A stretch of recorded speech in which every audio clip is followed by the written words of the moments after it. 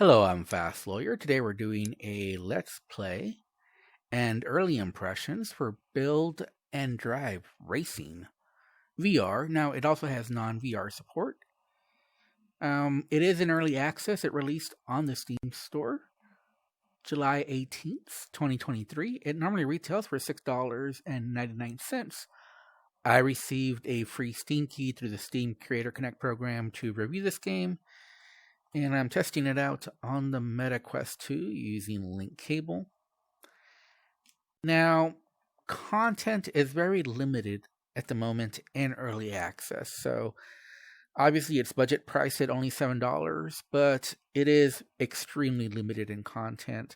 Right now there's basically 2 racetracks and 2 vehicles. And the modifications are either changing the vehicles or changing their tires. You do have 4 tires. And I did play a little of this in non-VR, and I have to say that I didn't notice too much difference between the non-VR and the VR. Obviously, the UI is different. I would say the UI is definitely better in non-VR just because it's easier to navigate. So there's basically 2 game modes: Time Attack or Free Roam Race. And there's Track 0 and there's Track 1. So that's it. And there's 2 vehicles, either the starter truck over there or the car. Now, it does take a while to unlock things. Here's the challenges. I've gotten 3 of the challenges. I haven't gotten the Not 30 Dozen, which I have to do 12 laps without leaving the track in race game modes. I definitely want to do that. And then Fast and Furious, 50 seconds, no more. 69 seconds is fair. Why would you drive low when you have big wheels? So I've already done that one. And then the ball can be a tire and the goal can be the finish line, for example. I don't know what that means when the ball can be a tire. Maybe later on we unlock that wheel. And let's go ahead and play, though. Let's just show you. Now, you do have different camera views. So there you go, the 3 different camera views there. You can brake, and you can also handbrake.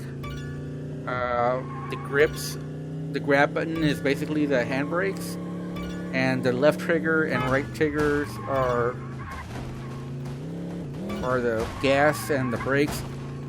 I will say there is one thing very unfair about this game, and that is that other vehicles can slam into you. It doesn't seem to affect them at all, but it affects you greatly. So you can't really crash into other vehicles, but they seem to be able to crash into you and do a ton of damage to you or get you off course real easily. And yet if you crash into them, it seems like it doesn't really affect them at all. So if you make contact, you're likely to lose standings. I did find this game easier in non-VR. I was definitely racing a lot better in non-VR with a gamepad. Maybe it just takes a little bit. I don't know. I find like gamepad's just easier for the controls.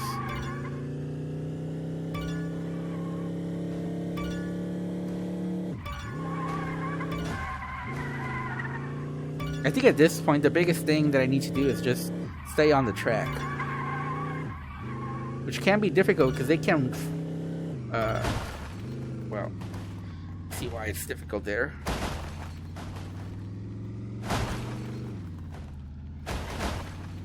There is no behind the cockpit view, first person view.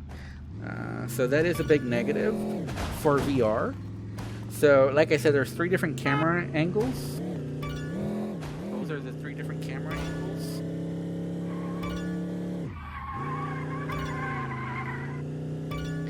So right now I would say it is questionable whether there's enough here to justify the price point. Now the actual racing is fun, except for, like I mentioned, when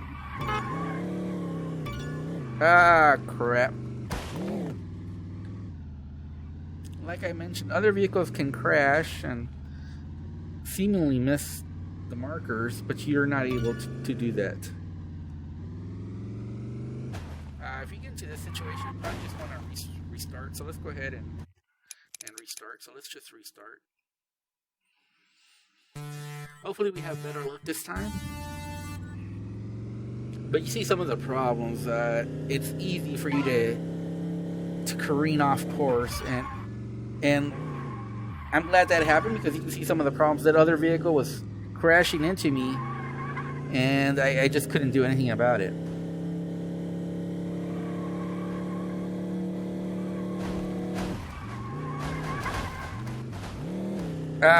Good example. Good example.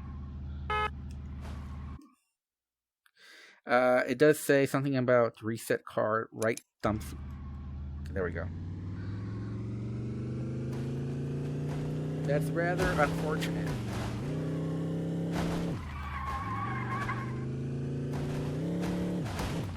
Like, oh, my vehicle just stopped here. Okay, we're gonna have to restart again.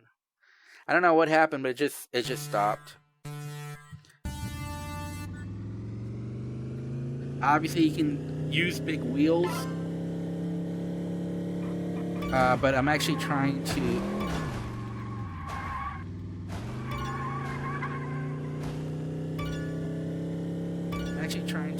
Get a good time, and you actually go faster without the big wheels. So I can't put the big wheels on this vehicle, also the truck, but it seems like you do get.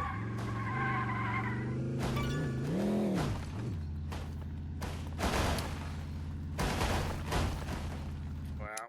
We're gonna have to restart.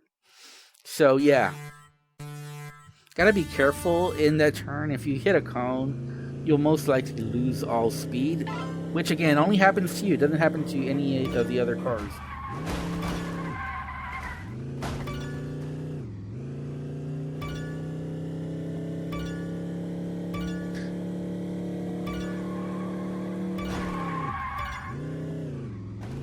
Okay, we're in first place now.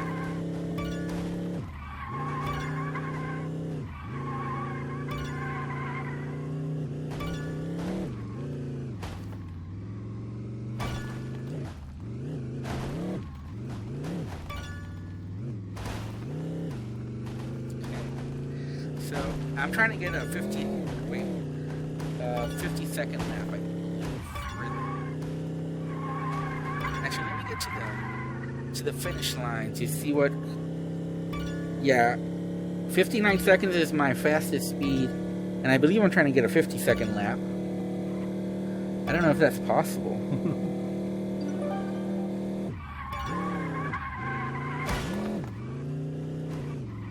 Especially when hitting a cone does that to you.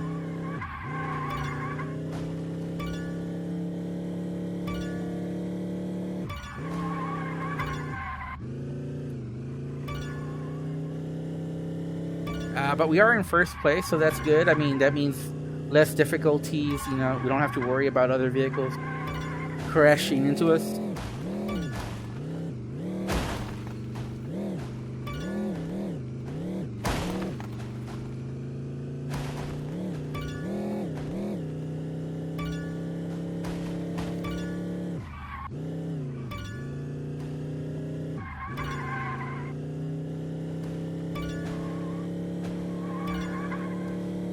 So this is about as fast as I can go, and I don't think I'm getting a 50-second lap. I might get another 59-second lap, but it's not quite the same.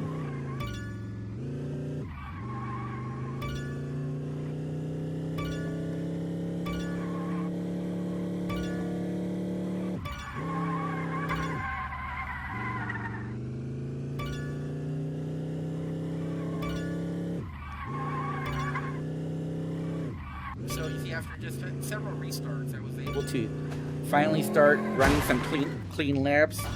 But you notice how I lose all momentum at during certain jumps.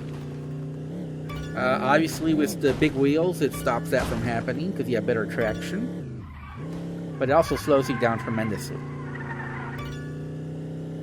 So you're not going to get any big lap times. Yeah, I don't think a 50-second lap is possible, but I can definitely keep tying my record of 59 seconds. I don't know, maybe 59 is the best I can do.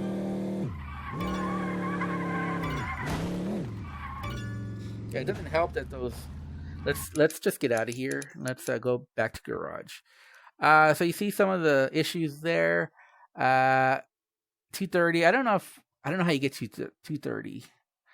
You have voice let them. I don't know what that means. I've tried honking at different times. 12 laps without leaving track in race game mode. So I think that's really the only thing we can really accomplish. Let's go ahead and try the truck.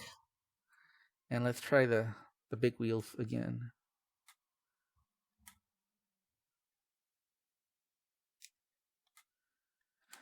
And I think with this, we're gonna end our little review. The first track isn't as interesting, so I'm not even sure I want to race that. You know, like I said, there's only 2 tracks, that one and that one. That's it. And I don't know that that's interesting enough for me to show. And the customizations are basically just the different tires that you can try. So let's go ahead and play. But that's it as far as customizations. You know, 2 vehicles and change tires. That's it. There's no other customizations.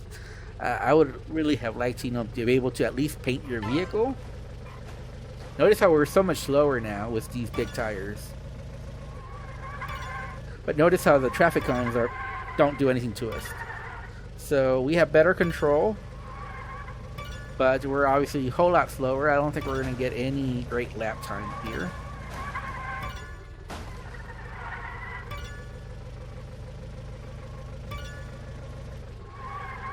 And the only thing really for us to do is to try to do those 12 laps without leaving the roadway.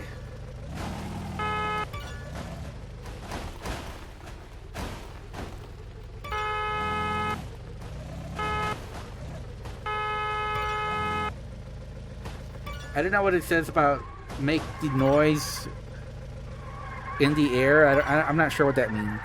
I've tried honking while I'm airborne several times.